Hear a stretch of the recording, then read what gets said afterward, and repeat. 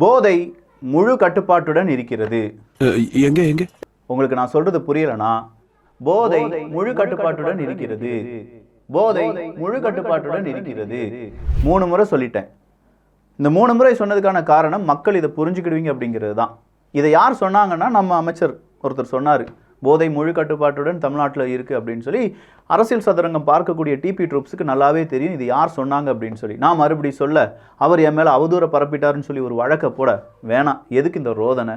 அவர் சொன்னாருங்கிறதுக்கான proof உங்ககிட்டையும் இருக்குது, என்கிட்டையும் இருக்குது. அதனால் அதை மறுக்க முடியாது. சரிதான், போதை முழு கட்டுப்பாட்டுடன் இருக்குது. யார் கட்டுப்பாட்டில் சார் இருக்குது? அதை தானையா சொல்கிறேன், போதை முழு கட்டுப்பாட்டுடன் இருக்குது. பழம், ஒரு பழம் இங்கே இருக்குது, இன்னொரு பழத்தை எங்கே? அதுதாங்க இது அப்படிங்கிற மாதிரி போதை முழு கட்டுப்பாட்டுடன் இருக்கிறது. அரசியல் சதுரங்கத்தில் அரசியல் புயல் வீச போகிறது.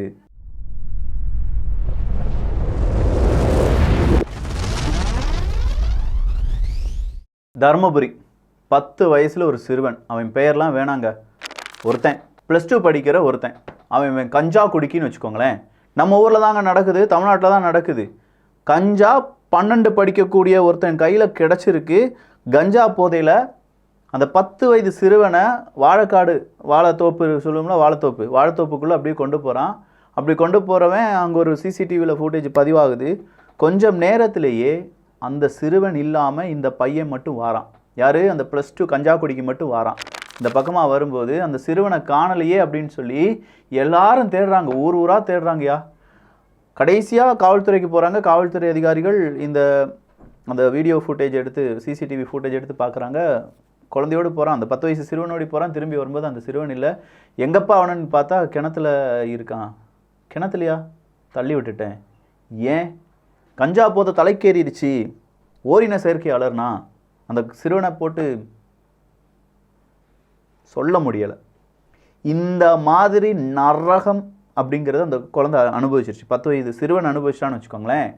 இந்த மாதிரி அயோக்கியனும் 12வது கிளாஸ் படிக்கிற அந்த அவனை பார்க்கும்போது கஞ்சா போதை தலைக்கேறிடுச்சு அப்படின்னு சொல்லும்போதும், போதை ஒத்துக்கிறோம், தமிழ்நாட்டில் இருக்கக்கூடிய எல்லாரும் ஒத்துக்கிறோம், போதை முழு கட்டுப்பாட்டுடன் இருக்கிறது. போதை முழு கட்டுப்பாட்டுடன் இருக்கிறது. உங்கள் வீட்டில் ஒரு சிறுவன் இருக்கான். இவ்வளோ நாள் யாருக்கு பயந்துட்டு இருந்தீங்க? பொட்ட பிள்ளைய பெற்றா பயமாக இருக்கியா, வயிற்றில் நெருப்பை கட்டிட்டு இருக்கிற மாதிரி இருக்குன்னு சொன்னவங்கலாம் கொஞ்சம் இந்த செய்தியை பாருங்கள். நம்ம வீட்டில் நடக்காத வரைக்கும் இதெல்லாம் செய்தி மட்டும்தான். இதெல்லாம் நான் இங்கே சொல்ல வேண்டிய தேவையே கிடையாது. ஆனால் ஒரு விழிப்புணர்வு, அட்லீஸ்ட் ஒரு நபர், ஒரு குடும்பம், ஒருத்தன், ஒரு சின்ன குழந்தை இதனால் எஸ்கேப் ஆயிடுச்சுன்னு எனக்கு அவ்வளோ பெரிய சந்தோஷம். விக்கி எனக்கு சொன்னனால நான் கொஞ்சம் பயந்துக்கிட்டேன், அதனால் அலர்ட் ஆகிட்டேன். கஞ்சா குடிக்க நான் பார்க்குறேன், நான் பார்க்கும்போது நான் கொஞ்சம் விலகி வந்துடுறேன், இல்லாட்டி அவனை பற்றி கம்ப்ளைண்ட், ஏதோ அவனை நடந்தால் போதுமையா அப்படிங்கிற மாதிரி இருக்குது. இல்லாட்டி இதை பார்க்கக்கூடிய அரசியல்வாதிகள் நம்ம வீடியோவை சாதாரண மக்கள் மட்டும் பார்த்துட்டு இருக்கீங்கன்னு நினச்சிட்டு இருக்கீங்களா?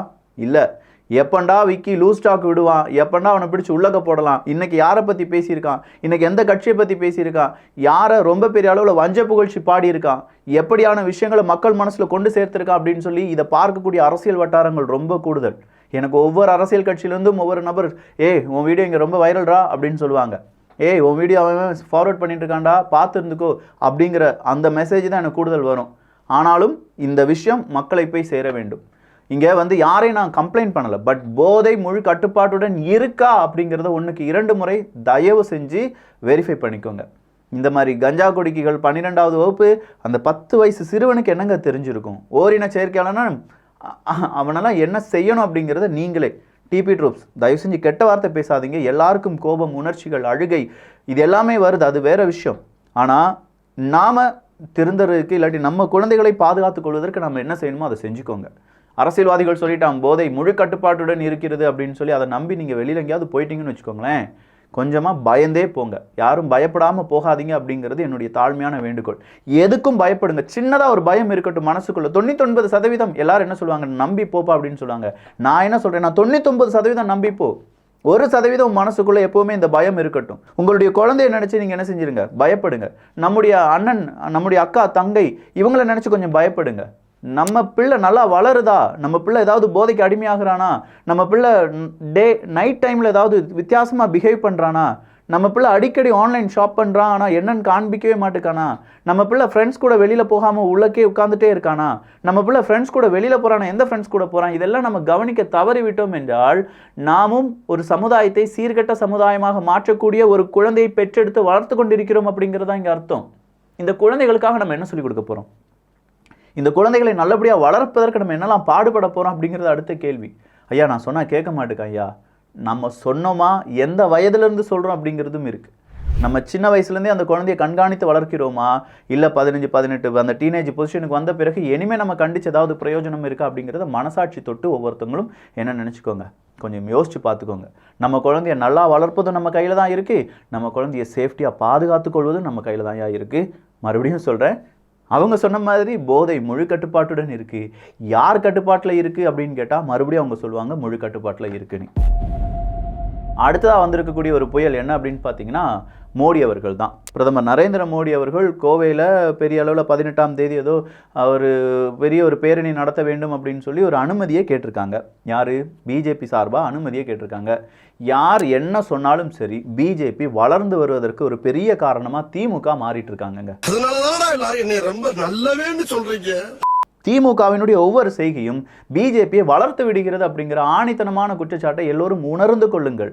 நீங்கள் செய்யக்கூடிய ஒவ்வொரு விஷயமும் திமுக அதை படிக்கட்டா, நீங்கள் போடுறது ஏதோ தடைக்கல்னு நினச்சிட்டிங்க, அவன் படிக்கட்டா ஏறி போயிட்டே இருக்காங்க. இன்னைக்கு கோவையில் ஒரு ரோட் ஷோக்கு அனுமதி தர முடியாது, அங்கே ஸ்கூல் இல்லாட்டி நிறைய விஷயங்கள் பாதிக்கப்படும் அப்படின்னு சொல்லி அனுமதி என்ன செய்றீங்க, தடுக்கிறாங்க. அப்படி தடுக்கும்போது என்ன ஆகுது அப்படின்னா, இதை போய் நேராக என்ன போடுறாங்க, ஒரு கேஸாக போடுறாங்க. இப்படி அனுமதி தர மாட்டேங்காங்க, தமிழ்நாட்டில் இந்த மாதிரி ரோட் ஷோ நடத்துறதுக்கு அனுமதி தர மாட்டாங்க. இதுக்கு முன்னாடி நிறைய அனுமதி கொடுத்துருக்காங்க, அங்கே தான் மேட்டர் இருக்குது. இதுக்கு முன்னாடி இவ்வளோ அனுமதிலாம் கொடுத்தவங்க இப்போ அனுமதி தர மாட்டேங்காங்க, நாங்கள் என்ன செய்ய முடியும் அப்படின்னு சொல்லி கேட்ட உடனே ஆனந்த வெங்கடேஷ் அவர்கள், யாருன்னு தெரியுதுல்ல, நம்முடைய அரசியல் கட்சி தலைவர்களுடைய பழைய கேஸ் எல்லாம் விசாரணை செய்யக்கூடிய நபருக்கு முன்னாடி அது போகும்போது அவர் என்ன செஞ்சிடுறாரு, ஓகே அனுமதியை கொடுத்துட்டார்.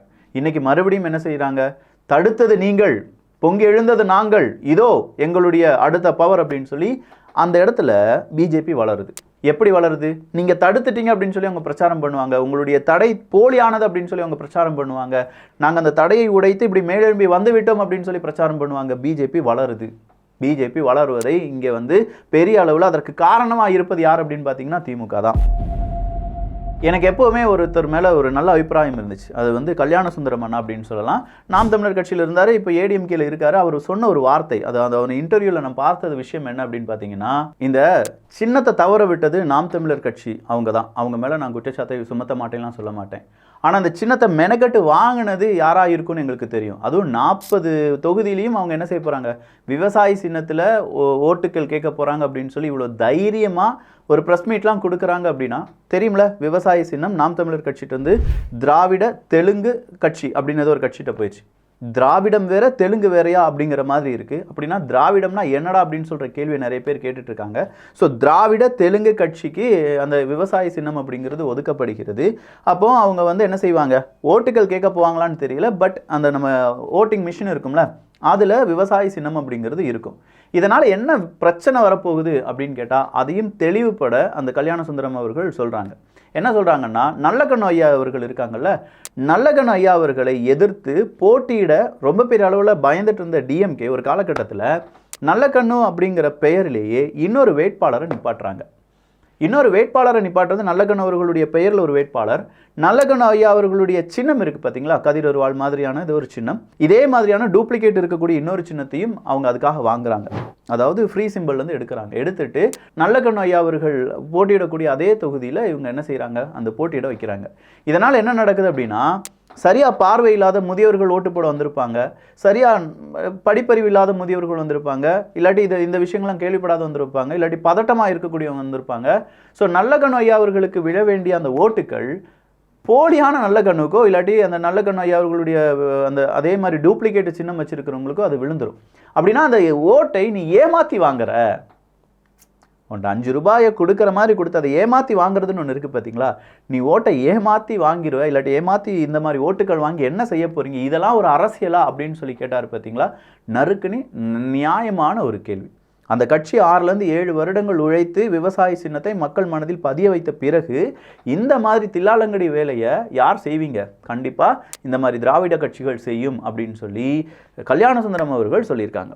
கல்யாண சுந்தரம் அவர்கள் சொன்னது மட்டும் இல்லாமல் இந்த தெலுங்கர் திராவிட கட்சி அப்படின்னு சொல்லி இப்போ நாம் தமிழர் கட்சியினுடைய அந்த பழைய சின்னம் இருக்குல்ல, அந்த சின்னத்தில் ஒரு பெரிய வாகனத்தில் ஒட்டியிருக்காங்க. மேலே வந்து அறிவாலயமாக அப்படியே ஏதோ ஒன்று பேர்லாம் ஒட்டியிருக்கு அப்படிங்கிற மாதிரி புகைப்படமும் வெளியாகி இருக்கிறது. ஸோ இதுதான் என்டிகே செய்த தவறு ஒன்று தான். அவங்க வந்து தவறு மிகப்பெரிய ஒரு தவறு தான். அவங்க வந்து அந்த சிம்பிளை வாங்காமல் விட்டது, அதுக்கான அந்த நேரம் ரொம்ப கடந்து போய் அவங்க அந்த சிம்பிளை கோரியது அப்படிங்கிறது. ஆனால் அதை விட பெரிய கொடுமை என்னென்னா, வேணும்னே வாண்டடாக இதை வாங்கியிருக்காங்க. யாரோ ஒரு நபர் இவங்க லேட் பண்ணுவாங்க, லேட் பண்ணுறதுக்கு முன்னாடி அறிவித்த அடுத்த நிமிஷத்துலேயே போய் நம்ம அதை அப்ளை பண்ணிடணும்னு சொல்லி கன்னிங்காக இருந்து இதை செயல்முறைப்படுத்தி இருக்காங்க. சொல்லப்போனால் அங்கே ஜெயிச்சவன் அவன் தான். அவன் ரொம்ப நாசுக்காக அரசியல் தெரிஞ்சிருக்காங்க, ஓட்டுக்களை பிரிக்க ஆரம்பிக்கிறாங்க, நாம் தமிழர் கட்சிக்குள்ள ஓட்டை அவங்க வாங்கணும் அப்படின்னு எல்லாமே பக்காவாக பிளான் பண்ணி செஞ்சுருக்காங்க அப்படிங்கிறது தெளிவாக புரிய வருது. அடுத்ததாக ஒரு செய்தி என்ன அப்படின்னு பார்த்தீங்கன்னா, இந்த எலக்டோரல் பாண்ட் அப்படிங்கிறது தான். 18 மாநிலங்களில் இவ்வளோ அரசாங்கங்களை நடத்தக்கூடிய பிஜேபி 6000 கோடி ரூபாய் அப்படின்னும், ஒரு மாநிலத்தை ஆட்சி செய்யக்கூடிய டிஎம்கே 2 வருடத்தில் இந்த மாதிரி 400-600 கோடி ரூபாய் அப்படிங்கிறது நீங்கள் எப்படி பார்க்குறீங்க? அங்கே வந்து மார்ட்டின் அவர்கள் விசிகா அப்படின்னு சொல்கிற எல்லா செய்தியும் யார் போட்டு உடைச்சிடுறாரு? அண்ணாமலை போட்டு உடைச்சிடுறாரு. அதுக்கான பதில் ஆதவ அர்ஜுன். நீங்க ஆதவ அர்ஜுன் கேட்காம எங்கிட்ட கேட்கறீங்க. எதுக்கு திருமாவளவன் கூட ரைட் ஹேண்ட்ல சுத்துறாரு? எதுக்கு ஆதவ அர்ஜுன் அறிவாலயத்தில் இருக்காரு? எதுக்கு ஆதவ அர்ஜுன் முதலமைச்சர் மு க ஸ்டாலினுக்கு சோசியல் மீடியா அட்வைசரா இருக்காரு? எதுக்கு ஆதவ அர்ஜுனுக்கு பொது தொகுதி வேணும்னு விசிக தலைகீழா நின்னாங்க? அதனால நீங்கள் மார்ட்டின் சம்பந்தப்பட்ட எந்த கேள்வியா இருந்தாலும் ஆதவ அர்ஜுன் போய் கேளுங்க. நான் ஆதவ அர்ஜுனா? அண்ணாமலை போட்டு உடைக்கும் போது அந்த பக்கமா இருக்கக்கூடிய ஒரு நிருபர் மறுபடியும் போன்ல இருந்து ஏதோ மெசேஜ் வந்துகிட்டே இருக்கு, அதை பார்த்து மறுபடியும் கேள்விகள் கேட்கிறார். அப்ப அண்ணாமலை அவர்கள் இதை பார்த்த பிறகு உங்க எடிட்டர்கிட்ட சொல்லுங்க, இங்கேருந்து லைவாக பார்த்து கேள்விகள் சூப்பராக இருக்குது. இந்த ஒரு பாயிண்ட்டை நல்லா புரிஞ்சுக்கோங்க. ஒருத்தட்ட ஒரு கேள்வி கேட்பது அப்படிங்கிறது அங்கே இருக்கக்கூடிய நிருபர்கள் கிடையாது அப்படிங்கிறத இங்கே நமக்கு உணர வேண்டிய ஒரு தருணம். அரசியல்வாதிகளை குழப்புவதற்கு விஜயகாந்த் அவர்களை எடுத்து பார்த்தாலே, விஜயகாந்த் அவர்களை போலியாக நம்ம முன்னாடி சித்தரித்ததே இந்த ஊடகங்கள் தான் பெரிய அளவில். அதுவும் அவருக்கு எதிரான ஊடகங்கள். அவருக்கு ஆதரவான ஊடகங்கள் இருந்தாங்களா இல்லையா அப்படிங்கிறது அடுத்த கட்டம். ஆனால் அவருக்கு எதிரான இருந்த ஊடகங்கள் என்ன செஞ்சாங்கன்னா, விஜயகாந்த் அவர்கள் கோவப்படுவார், விஜயகாந்த் அவர்கள் தண்ணி அடிச்சுட்டே இருப்பார், அப்படி இப்படின்னு சொல்லி அவருடைய ப்ரெஸ் மீட்டை அவரை கோவப்பட வச்சதுக்கு ரொம்ப பெரிய காரணம், விஜயகாந்த் அவர்கள் பதில் சொல்ல உடனே இந்த பதிலை எங்கே அனுப்பிவிடுவாங்க போல, அவங்களுடைய ஹெட் ஆஃபீஸ்க்கு அனுப்பிவிடுவாங்க போல. எஸ்எம்எஸ் போகுது. அங்கே போன விஜயகாந்த் அவர்களை கோபப்படுத்துவதற்கு கூகுள் ஏதாவது சர்ச் பண்ணி புதுசாக இதை கேளுன்னு சொல்கிறது, உடனே அந்த மெசேஜ் வரும், அதை பார்த்தோன்னே கேட்குறது, இப்படின்னு சொல்லி பெரிய அளவில் நிருபர்கள் இந்த காலகட்டத்தை யூஸ் பண்ணுறாங்க. எழுதி வச்சு கேட்கற கேள்வி பார்க்காதீங்க. ஒரு நிமிஷம் செல்போன்ல எடிட் வந்து அனுப்பிச்சு இருக்கான். இந்த டிராமால எங்க பண்ணாதீங்க. புள்ளி விவரமா ஸ்டாட்டிஸ்டிக்ஸ் ரீட் பண்ணிட்டு கம்ப்யூட்டர் மாதிரி இந்த டிராமா எங்க வைக்காதீங்க. கேள்வி பதில் சொல்லியிருக்கேன். எதுக்காக நீங்க எழுதி வச்சு கேட்கறீங்க? எதுக்காக எழுதி வச்சு கேட்கறீங்க? நீங்க சம்பந்தமே ஒரு நிமிஷம். முதல் கேள்வி, மூணாவது கேள்வி எடிட் பண்ணுறா வாட்ஸ்அப்ல, அதை பார்த்து கேட்கறீங்க. ஆதவ அர்ஜுனை பத்தி எவ்வளவு தெளிவா சொன்னதுக்கு எடிட்டுக்கு ரிப்ளை பண்ணுங்க. எடிட்டுக்கு ரிப்ளை பண்ணுங்க.